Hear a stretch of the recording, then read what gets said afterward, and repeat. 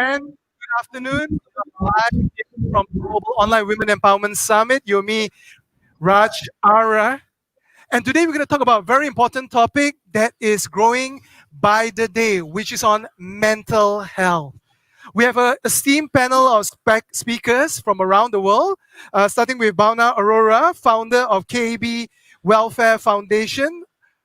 Next, we have Dr. Arman Rashid beside me, Project Manager Humankind Buddy Bear, Counselor-in Training, Soul's Health. Dion Jensen, speaker, clinically endorsed author and founder of the Lion Academy.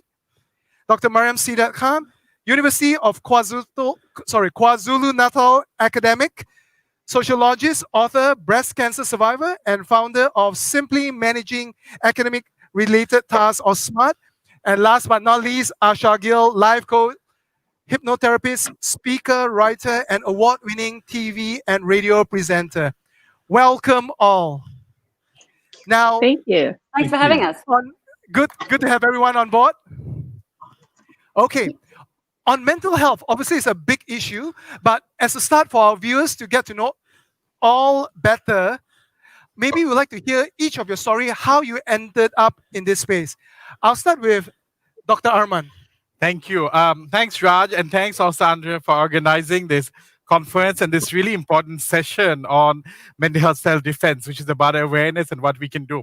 My whole story is also interesting. Look, I'll summarize it briefly. I worked as a political and security analyst in the development sector for almost 10 years. And at some point, I decided that world peace needs inner peace. And that's a journey that took me to mental health for the last 2 years. I've been working as a counselor in training now. I'm also the project manager for Buddy Bear, which is Malaysia's only child-dedicated helpline at this point during the pandemic. So that's what brings me here with the idea that, when we talk about many social challenges, peace building, and creating more cohesive societies, you just cannot ignore mental health. All right, thanks so much for that. Next, we'll move to the next continent. Dr. Marian. Hi, thank you for having us, and thanks for this great panel.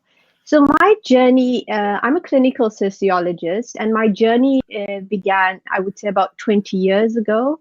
I've always had a very keen interest in learning and education as an area of research, but I became increasingly interested in the neglect of differently abled learners,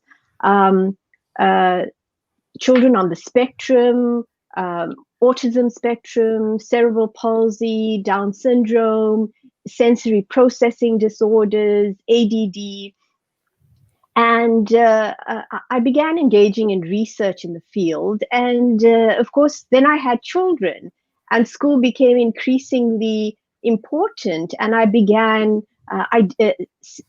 witnessing the gaps firsthand in the system. And I went on to create a program that addresses the areas through looking at attention span, learning styles, learning disabilities. And of course, one of the gaps that I identified is the impact that teachers and our internal and external environment have on the mental health of children and how it can affect their academic performance in school and later on in the workplace and in industry. So that's how I came to arrive in the workspace, and I love what I do, and I revel in every session I have with every child or adult, and it's amazing to be able to make a difference. That's right. Education is the foundation for any of us here living our lives. Now moving up north to the UK, Arora. Hi, very good morning to you from London. Okay, so give you a little bit of background about where exactly the mental health project and the interest to do more work on that started. Since we all understand mental health is just like you cannot ignore it. It's just like we are into it and we understand the problems starting from the childhood to the middle age, and it goes up to the end of the time till we are alive. So being a founder of Cat Welfare Foundation, running a charity in India for past 3 years. I do understand the complexities behind that, because when we are running a patient advocacy, we understand near about 500 to 600 people reach out to us for the various issues based on the mental health. Since we are doing extensively work on plasma donation and the kind of work we are involved in when it comes to charity and being an ambassador of Peace Federation here in London, slowly and steadily we understand it is very important to voice out the issues of it, because there's so many things interconnected with it. Interwoven, we call it, like be it a system or a business or anything, just to bring them together. And the model which I'm working on, that's the passion which I'm in, to give back to the society, be it a women empowerment, youth, or working on the disability projects. So there's multiple causes which I am paying attention to at the moment. Everything is connected with mental health. To begin with myself, like mindfulness is so important. There are plenty of subjects and it's just a vast field to talk about mental health. To sum up in few words, it would be really difficult, but yes, I'm very passionate to voice it out, and thank you for giving me this platform. All right, thanks so much for that. Now we move all the way halfway around the world to New Zealand. Dion. Tēnā koe whānau. First of all, thanks very much for having me on as a male to the Global Women's Empowerment Summit. It's a pleasure to be here. I've got a totally different attitude towards mental health. In my world, mental health is all positive. It's all positive. And mental health challenges and mental health conditions, mental illness, that's on the other side. Mental health in my world is all positive. And I came from a background of going through it myself, post-traumatic stress disorder. I came through the army, police, bodyguarding. I come from Ngāti Tumatoinga, which is the tribe of the god of war from New Zealand. So we're trained killers to start with. And then coming through the traumatic side of what we do, I rewrote the narrative to turn it into a positive, because you're just doing the best you know how to do. So in my tribe, mental health is positive. The solutions are very simple. We're overcomplicating all of this. We're over-medicalizing all of this. And so we've gone from working in our own tribes to now working globally, and we're actually delivering the Global Future of Mental Health Solutions Summit at the end of the month. So I'm bringing a totally positive perspective to what we're talking about. And I was born and raised in Singapore, and I lived in Singapore, and I was a regional operations manager there. So looking at all the different countries, I'm seeing the timeline of the term mental health and all this other stuff going on. So I'm hoping to provide some straight down the middle, positive, tangible solutions, because we've got heaps. Fantastic. I like the shift in narrative here in the context of mental health. And last but not least, we are coming back all the way to Kuala Lumpur, Malaysia. We have a well-known personality here on the Malaysian scene, Asha. Hey guys, I think looking back on this sort of start or tumble from sort of one complete different industry to this one, I think it all kind of got triggered off when I had a very traumatic pregnancy. And it was, no one talked about PTSD or all the different things. I was hushed down about all the things I was going to my doctor and talking about, going, this is not right, I don't feel right. And there's a lot of sort of, when it comes to sort of mental health and having mental health, it is also linked into what we do in our behavior and also what we put in our body and how our body is, right? So I wasn't taken care of. And I think this sort of interest in how I could use tools to help myself started me off on this journey. And when I was doing my radio show, it was all around this. What solutions can I find? What's working over there? Let's bring it over here. And I think it kind of burgeoned into this sort of wanting to sort of leave what I was doing and go into a space where I could really focus on finding, I agree with Dion in terms of like mental health. We've all got it. It's whether or not we've learned skills or trips, or even, from 0 to sort of, I guess, 14, our environment, all that impacting us, how we actually have trained this, and whether or not this is it's working at its optimum. And, a lot of things come into that place. So I sort of jumped into sort of personal development and spirituality, and really where I am right now is, because I spent years, sorry, I'm rambling, brain fog. It's what happens when you have menopause and autoimmune disease. This is what affects mental health and brings it down a bit. So I apologize, guys.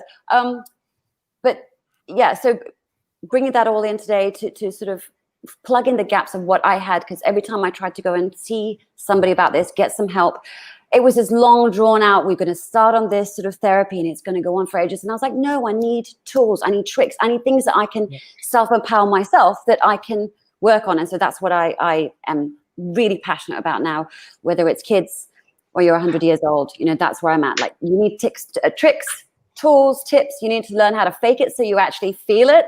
I'm your girl. So that's where I'm at. Right. Yeah. Thanks so much, Asha, for your sharing. Which brings me back to Dr. Aman. Based on what Asha has mentioned, it's something that's very common for many of us out here. Can you take a step back and look at how mental health manifests on a very simplistic layman sense? Thanks, Raj. And also, it's a great privilege to be here with Asha. Asha, we grew up seeing you on TV and radio. And I think must the be old then. postpartum depression that you mentioned just now, I think is a specific example that we can take of one area of mental health that's not touched upon, because there's so many cultural manifestations of that as well, in terms of, you know, the expectation that giving birth is the ultimate fulfillment for a woman, right? So in a situation like the lack of access that we see. So look, so to broaden that further, I mean, what is mental health? I mean, I think it's easier to actually ask the question, what is not mental health? Look, mental health is about psychosocial well-being, emotional well-being, and also social well-being.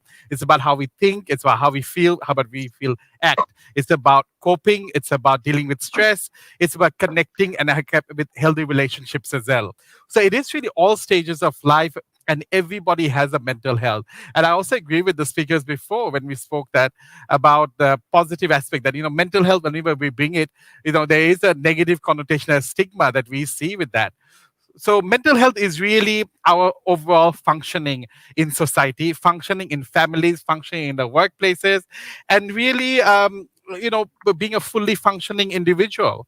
And I'll say that in Malaysia, you know, growing up and compare that to now, there's so much more awareness. So look, there's a long way to go, but in Malaysia and across the world, there's more awareness, but stigma still remains impediment for us. And for, of course, postpartum depression even more, but actually even other aspects of mental health. And we really have to address that to make mental health more accessible and affordable at the community level. All right, great, Dr. Aman. Now, this question I pose to Dion and Arora. Given the fact that both of you have lived, for example, Dion in New Zealand and Singapore, and Arora, India and the UK, you can see there's a distinctive difference between the way society treats mental health between the West and Asia, for example. So, Arora, can you give us your perspective from your observations between these two different countries, cultures, and mindset? Absolutely, it does play a role, like in different countries. But as we understand, there are different dimensions there in India as well as in UK when it comes to economy, social, and rest of it. Yes, there is a difference of thought process. There is a difference of culture play. There is a different intrusion by the government. There are different tools and resources available when it comes to mental health in India and UK. And yes, as Dr. Arman mentioned it, there is a taboo, there is a stigma there in India more as compared to here in UK. In UK, there is a flexibility, and there are many organizations working to bring awareness. And I see the people coming up; they are very open and receptive, and when in voicing it out, talking about it. And there is a compassion. There is like a sense of belongingness here, which I feel there's still a mess in India. Like, I don't know what is exactly the root cause of it, because from my personal perspective, I think it's the culture to play, the family, the support from the family, and the values which we inculcate. That is the most important thing, and the behavior, the ethics which we learn from the childhood, that plays a big role. So there is a massive, massive change when it comes to India and UK. The plus point here, which I see from the mental health perspective now, looking at this such a crucial time, this pandemic, everybody is coming up. Like people, it's like international now. There's like, we cannot say that India or UK is different anymore. People are so suppressed, and they have to voice out. They have to talk about it, and they just need these issues. These issues needs to be addressed, because that's the most prior thing for every single segment of society. Thank you. Thanks. Dion? Yeah, well, first and foremost, it's going to come back to definitions and your reality for that definition. I mean, the learned gentleman on your right there just quoted verbatim the World Health Organization's definition of mental health, which I totally disagree with. But if that's the definition you want to apply a reality to, that's going to be your reality. So the differences between culture start with the problems in that culture first, is where I like to start. In Malaysia, I'm dealing with intermarital rape and domestic violence abuse. And that's cultural in that culture. In Singapore, I'm dealing with corporate bullying and not looking weak because you're serving the god of money. In New Zealand, it's our value system with sports and being staunch. Working in between suicidal people that I do all around the world, if we start with what the cultural issues are first, men, women, hierarchical, the value systems of spirit being higher than medical or medical being higher of spirit. If you go by problem in each culture, you'll find the root cause that way. And so how we answer that is defining a positive definition first to shape that person's reality. I mean, I totally disagree with the World Health Organization's definition of mental health, mental illness. I mean, who cares if you can contribute to society? I mean, you're supposed to be able to be okay in your own head. So, yeah, I'll challenge that one. But, yeah, your narrative, your vocabulary defines your reality, and I don't accept that. Fair enough. Yeah. Well, what I like about it, we are here to agree to disagree. So I want to hear controversial, your thoughts, your insights, and all that, because that's what everyone wants to know here. Okay. So, Dr. Marian, what about the South African context? Now, it's quite clear that you feel, actually it's true, education is so important, especially for the differently able. So for them, where do you see in terms of giving them that support for mental health? So I work with neurotypical as well as differently abled learners. And I think I love the concept of changing the narrative because, in terms of the labels that we use, differently abled or diffability versus disability. So, there are a few key areas, and I love the fact that lived experiences are being brought into the way you approach your professional work. So we have a huge socioeconomic divide in our country, and that manifests in several problems. Social media has a huge impact. We never go onto social media and talk about the worst day of our lives. We never go onto social media and talk about how depressed or overwhelmed we're feeling, or how a child with autism is having a sensory overload. So the negative stays off social media. And that kind of forces us into creating this perfection about society. The notion that our presenter who has has a career in TV and radio, the assumption or her honest.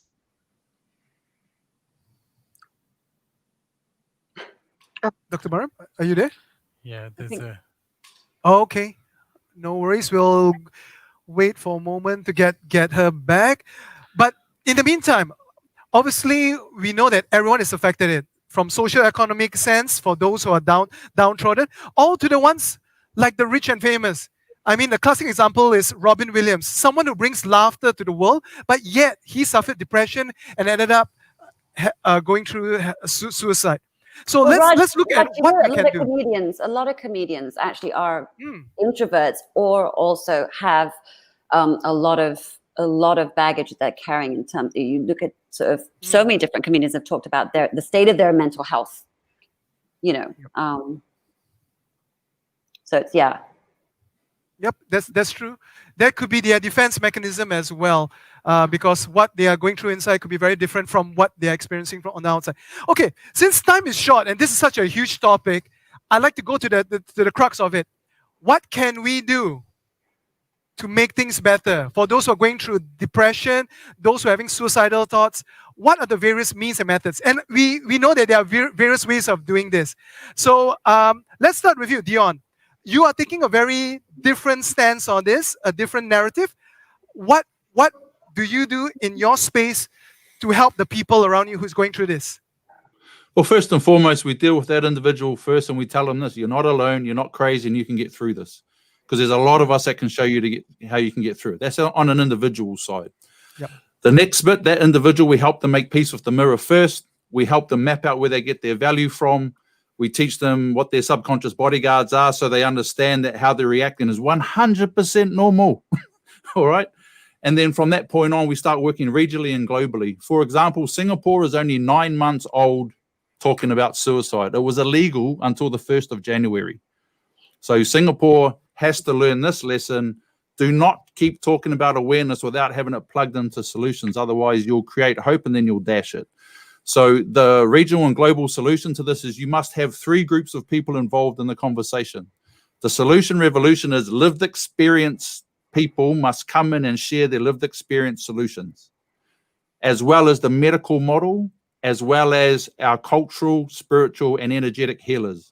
And that's what we're doing on this summit. That's why it's a global summit for the future of mental health solutions. Lived experience, medical model, healers. All 3 modalities must sit at the same table, and the person suffering should have a solutions menu on who they resonate with. And this summit is a perfect example of what we're looking at right now. All these different modalities. There's a solution in here for somebody.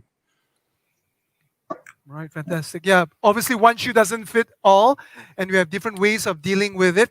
And sad to say, Malaysia, it's still illegal if you attempt to commit suicide, and you could end up going to jail. So we have to change that here in Malaysia as well.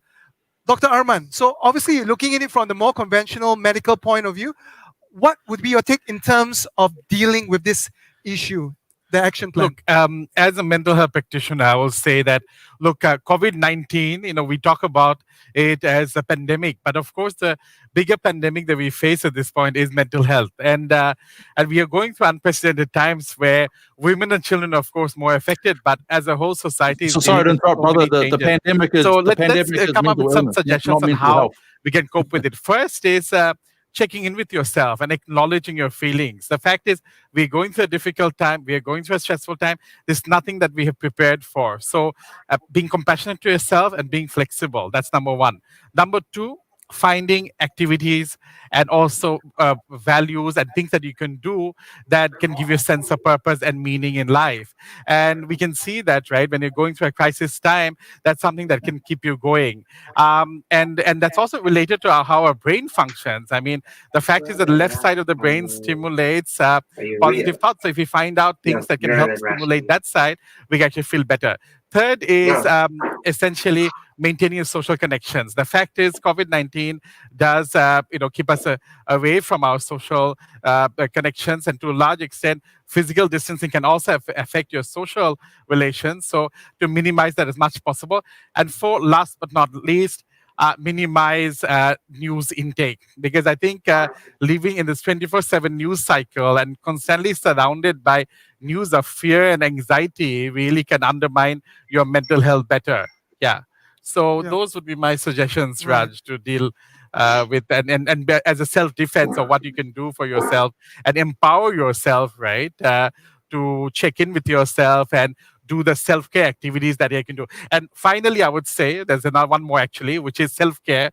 And self-care means proper exercise, eating, sleeping, and maintaining a routine. It's so easy in this crisis to actually lose a routine and live in own time frames, and there's the work-life balance is affected. So really coming back to a routine and finding something that works for you and having a healthy work-life balance, knowing when to log off, which sadly many of us don't. Yeah, that's true. In this 21st century, obviously the internet, social media plays a very big role. And while it's a great thing, it's a double-edged sword. There's positives and negatives. Negatives are there. So we have to connect with ourselves on a personal level. Now, this one I'll throw to Arora. You obviously the founder of your foundation. So does your foundation has any attributes which engage in these various ways to assist these people? Absolutely. Absolutely. No charity can work without assisting their beneficiaries in mental health. So when it comes to our charity, what we do is that people reach out to us for the plasma, because since we understand the plasma is working out for the treatment these days. So when they reach out to us, there are multiple ways how we counsel them. The foremost is to give a listening ear. You have to give your time. You have to give your presence. You have to be open and willingly. You have to give it to the people unconditionally. You have to speak through the language of love. The power of language is very, very important. So running a charity, being an ambassador of peace, and someone who wants to see the greater good, someone who wants everybody to be happy around us. So there are multiple tools and resources which you have to imply and comply of. Based on the technology, we reach out to we have our tie-ups with various hospitals there in India, and we have massive support from the government. So it is not one person's job. It is the collaborative efforts which I speak and scream all about. It is not one person's job. What important is the trust which we need to develop with the patient or the person we are talking to. The trust has to be there in the family, with the children around you, with your spouses, with the people you work with. The faith plays the biggest role, because what I'm doing at the moment is I'm reaching out to the faith leaders, because they have that a bliss, or you call that opportunity, or something with them, a power to reach out to their communities, to have a dialogue and a participation for them to open up and come and talk about the problems they are facing in the household. I am very passionate about women empowerment, where we deal with domestic violence in India as well, where we look after the aspect of the child abuse, where we talk about simple problems and issues which we go through every day of life. You need to give the ears to people. Like these dialogues, these summits are very, very important. They're building a gap. When people hear you, they connect with you. They connect with you, they can reach out to you. They can reach out to you, you can address their issues. And that's how we can prosper the world. So that's what I have to say. Fair enough. Thanks for that. Now, Asha, I know that you are a life coach, and you, as the word life defines, when you deal with people that you interact with, this could obviously be one part of it, the state of mind. So given that from your personal experience previously, how do you interact with these clients? It's more often the emotional state that's sort of happening, right? How do I interact with my patients? Well, I don't call them patients, my clients. Clients, yes. I think one of the most important things that they found useful in the beginning is full radical acceptance. You know, when you're already down and you're already going through massive challenges, the shit we actually, pour on top of ourselves for not actually being able to do something better, to be able to get this, to be out of a job, to all the different things that go on, kicking ourselves when we're down is one of the, in my experience, biggest things we need to address. Because the challenges are there. How you're feeling about them is absolutely normal, right? But then kicking yourself when you're down because of that's how you're feeling and you're not performing takes up a lot of energy. And then we kind of work from there. And I think, for me, radical acceptance is a really good place to sort of go from, all right, this is where I'm at right now. You've gotten the judgment away. This is where we're going to go. And that's when we start applying whatever is relevant for that particular client, whether it's from a phobia to a big challenge that actually navigated and need a little bit longer. That's how we actually plot our way. But first and foremost, where you are right now is, and I think the key is not always where you're going to be. You're not always going to be here. This is just where you are right now. And maybe it's been where you are for a week. Maybe it's been a year. It doesn't really matter. Nothing is permanent. So understanding sort of that allows the possibility for change to even exist. And for me, that causes enough of a shift for sort of changes to start happening. If that makes sense. Right. Yeah, that does make sense. Now, let's look at the elephant in the room. Now, mental health depression is on one level, but the big thing we are seeing right now that it leads to suicide. And even teenage suicide is on the rise. Young adults, you name it, it's out there. So this is a massive issue that some people are not dealing it head on. So what are the options out there that we can look at in terms of nipping it in the bud from the onset? I'm opening this to anyone who has a thought on this. I can start off by saying Look, first is definitely access to mental health, particularly for children as well, right? So, and I think acknowledging when there's suicidal thoughts and instead of putting it under the carpet, right? And then seeing that they have the ability to talk about it. Because I think what we have seen, right, that when you sweep it under the carpet, it's really there's something that escalates. So, talking about it, even if the suicidal thoughts, right? Access to mental health, being able to talk about it, and that's what we're able to come out of it, right? So that's important. And related to that, right? I think we just need to start from the beginning.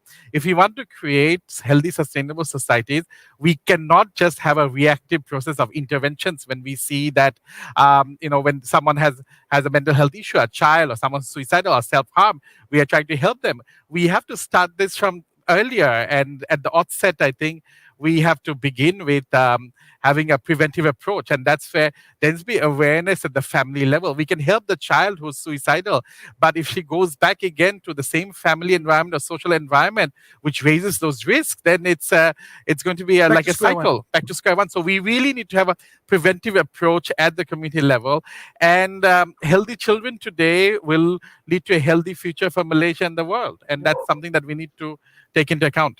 Right. Arora, you mentioned? I think it's very important for us to look at a combination of interventions.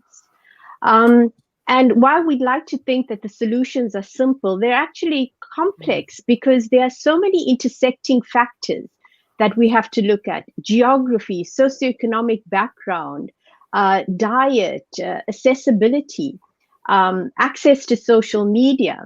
And remember, people, as they move along different trajectories, along different age groups, different social experiences in their lives, they experience different mental health challenges.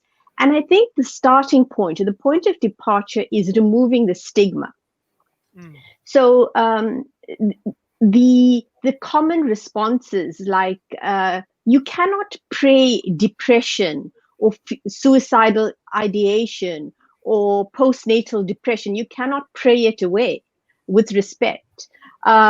You have to look at diet. You have to look at therapeutic interventions. You have to look at pharmaceutical interventions, and you have to open the lines of communication. So it's okay to not be okay. You have to know the signs. If a teenager has had his or her heart broken and they're moping around for a couple of days eating ice cream and watching sad movies, that's okay. But if those days turn into weeks and months, then as parents we have to intervene. And this whole notion of I see it a lot. You're ungrateful. What do you have to be sad about? You have everything that you need. And it's not about material possessions. It's not about having the nice house and attending the private school. It's not about those things.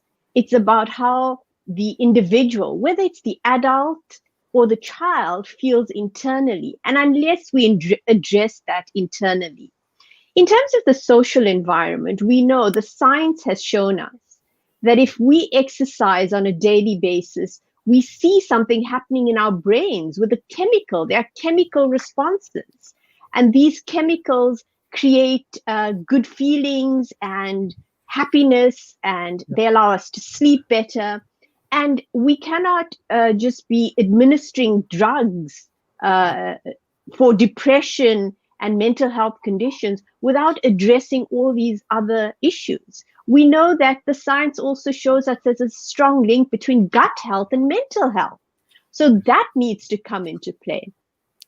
And also talking about it in the family, sharing our stories, because our stories give others strength and courage to come out and say, I've dealt with depression, or I've attempted suicide. And there's some great books that are coming out, podcasts that are emerging, where people are being vocal about their experience. And great respect for Asha, because as a public figure, I mean, there are so many people within the context of your country that will come out and say, well, if she can bring this to the fore, I should be able to talk about it with great confidence, and there is help out there.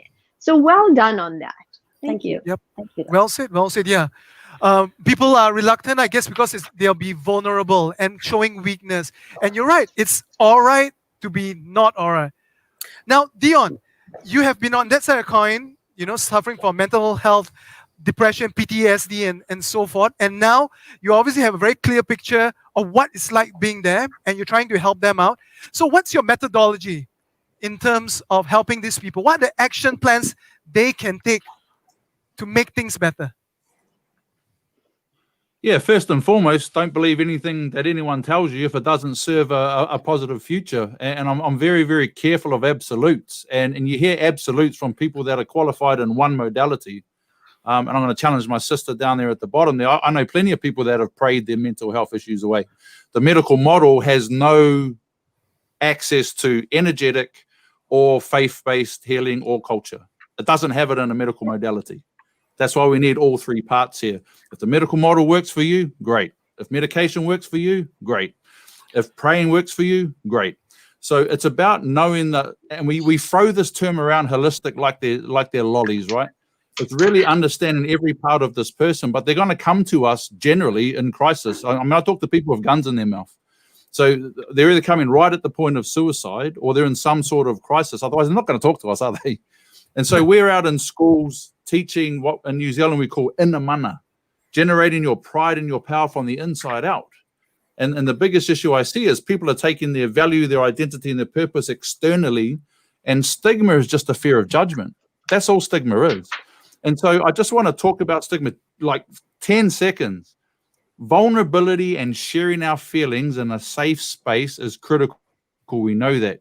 You show vulnerability and weakness in the wrong environment, you will get eaten. Yep. If you turn up to an Asian workplace and you walk in there and say, listen, I can't meet my KPIs because I'm having a mental health day, you're going to get sacked.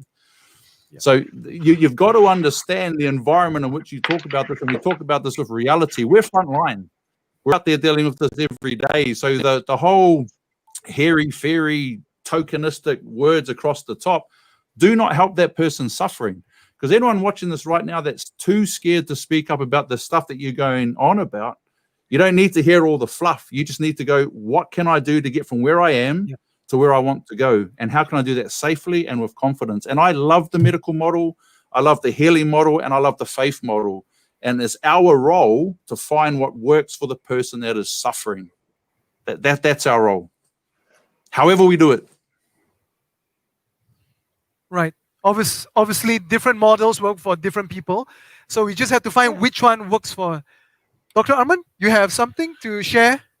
Look, I will start off with the first thing, which is learning how to express and teaching and encouraging people to express from a young age. I think in the Asian society, or actually across the world, we suppress our emotions, that it's wrong to be emotional. We often say, okay, he or she is very emotional, but we are all emotional, and it's human to be emotional. So I think from number one, from a young age, we have to acknowledge that we have emotions.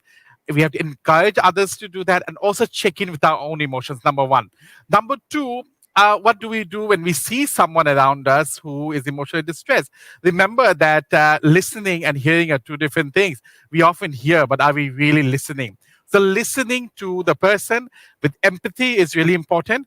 And here I would say that three things that we often do when someone comes to us for when they're in emotional distress, all three may not really be helpful. One is we start giving advice. Look, in Asian society, particularly, we have got every uncle and auntie giving us advice. So if a friend is coming to you for advice, and that's what you think that they come to advice, that actually what they're coming to you for is listening. We are often judgmental. That's the other thing as well. The fact is everybody has a story, and everybody has a different story. So we need to remove any judgment that comes there. Third is, look, there's a natural feeling. If somebody around us is there, we want to make them feel as happy as possible, as soon as possible. And in that process, we often sweep things under the carpet, which doesn't help them in the long run. So I think if someone comes to you and they're talking about the emotional distress, let them sit in with that feeling. It may be distressing to you as well, hearing that, but let them speak to you. A lot of times they would feel much better by just being heard. And I think that's something that we need to really remember, that that we're not here to give advice, we're not here to just have a quick solution, but really make them feel validated, make them feel that their emotions count.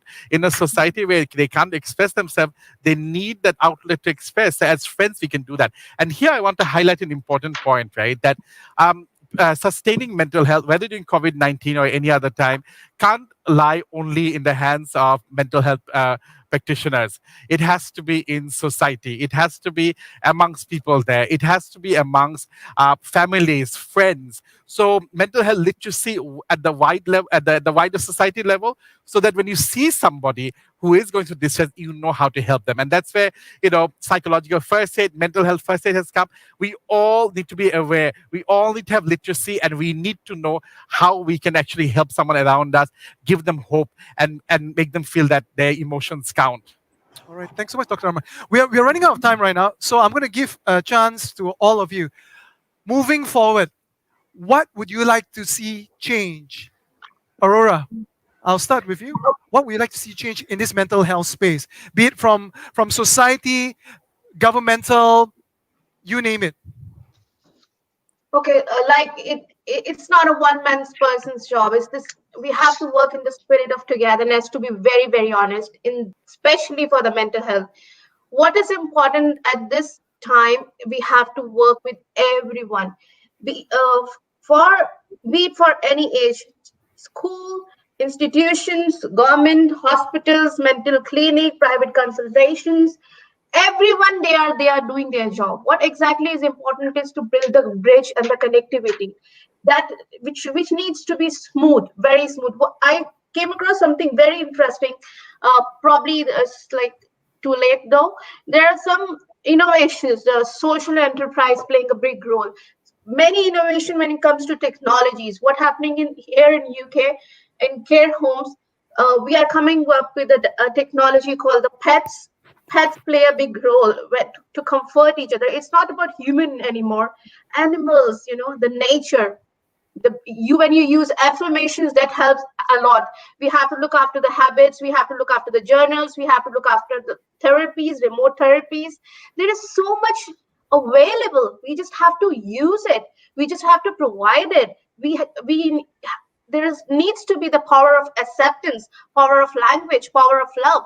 So much to do. And like one of my gentlemen, Mr. Dion said, every solution is available. We just have to allocate to the right person who needs it.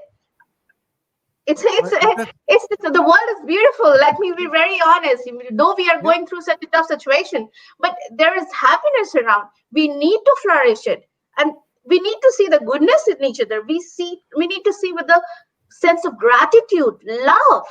That's what we need to focus on, and the solutions will be there automatically.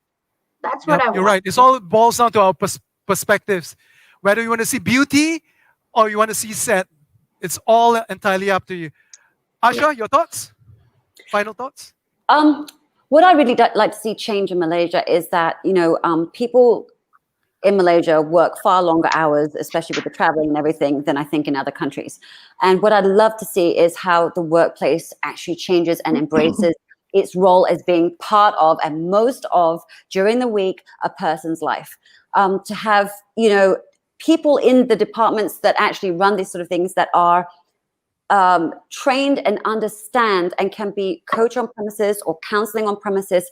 For that, it doesn't cost that much. In fact, when you look at the costs of absenteeism and presenteeism and how much it's actually costing Malaysia right now, and how the numbers are crazy, like 3 in 10 adults or aged 16 and upwards, is dealing with a mental health issue or challenge or however you want to call it. And it is something that needs to be addressed. And I think if the home is somewhere that doesn't actually afford this, that there's too much education that needs to happen there, why aren't we doing it at school and in the environments like workplaces where the kids and the people are for most of the day? So I'd like to see that change. Something tangible that can be done if we have the fortitude to do that. Dion, your thoughts? Final thoughts? 3 things. Leadership, someone's got to lead. So whoever's leading, stand up and lead. Let's not talk around in circles that we've all got to collectively do something. No, stand up and lead. Wherever you are, in your family, in your community, in your country, stand up and lead. This is what I stand for. This is what we're going to do in the mental health space. This modality is positive. I've just met all these people on this screen now that can help you in some way, shape, or so. Leadership first. Leaders have to lead. The second thing that we have to have is the skills.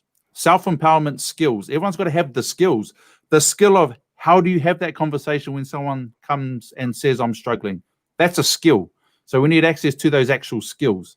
And then the last thing we need is the power to choose. And if anyone's watching this, and this is not a shameless plug, we're spending a whole week talking about mental health and bringing in people and totally focusing on this from all three modalities. And what I'd like to see change for the future, because we're already changing it, we're doing it right now. You work in the home, you work in the schools, you work in the workplace, and that takes care of everything else. If I put my organizational consultant hat on, every organization should have someone trained and have programs in there so that people can, it's really important, people can have access to it confidentially, can come and take it and go and get the skills they need and come back without anyone knowing. Confidentiality is key. That takes care of stigma. If you want the solution to stigma, it's confidentiality. And so you've got to have those programs available. And the last thing is you have to go where the influence is. The influence is on social media. We've got to be in there. So that's why these summits and getting in there and doing all YouTube videos and all the positive energy, we've got to put more love in there. Self-love, love for each other, our communities and our countries. We have to amplify that where all the influence is. That's here. It's online. All right, fantastic. Let's talk more action. Dr. Marian. Let's go. So the first thing is accessibility and affordability. While all of these are great suggestions, if you cannot afford them, or if you're not in employment and you're not in a school system, you don't have access to these things. Resilience. So we got to start with internal factors and external factors, not only of the person experiencing mental health distress, but of the whole society, the family at every level. So building resilience in expectant mothers, in children, in every single individual. We have to listen with the intention of hearing. When people speak, we are often already formulating our response to what they're saying. We rarely listen with the intention of hearing the person. So that's significant. And accepting that mental health is real, and no matter how successful, rich, poor, your level of education, we can all experience mental health challenges at different points in our lives. And finally, people come to, it's a holistic team, the dietitian, the life coach, the psychologist, the psychiatrist, the family members, the friends, so the religious leaders. And like I said, whatever works for individual people. But I want to just depart on this last note that they do arrive in our rooms as clients and as patients to tell their stories, and they do want tools and help and advice from us. So I have to disagree that they don't want to hear what we have to say. We have to listen with the intent to hear and understand, build resilience and perspective, understand their perspective. Thank you. Well said, Dr. Marian. And lastly, Dr. Arman, 30 seconds. Finally, thank you. Look, I mentioned the issue of access. I think I will mention it again. We need to make it affordable. Mental health cannot be confined to people who can pay 500 ringgit an hour or higher, right? So we have to make it more accessible. And also remembering that mental health is related to the world we live in. Our mental health affects the world affects mental health. From a young age, we have to teach young people, children and youth to love, to show kindness, to show compassion, to show empathy. It's easier to love than hate. And I think together we can ensure better mental health for ourselves and also those around us. So we all have a role to play here. And thank you for today's session. Thank you so much, Dr. Arman, Dr. Mariam, Dion, Asha, Arora. for all your insights. It's been riveting, and I think we have taken quite a fair bit of value here. So to all our audience, we hope you enjoyed today's session on mental health and that you picked up a golden nugget or two. My name is Aria. We still have many more exciting sessions here on the Global Online Women Empowerment Summit. Do stay tuned for all this exciting today and tomorrow. Have a great afternoon. Signing off from Kuala Lumpur. Thank you. Terima kasih. Bye. Thank you. Aha, nice one. Bye.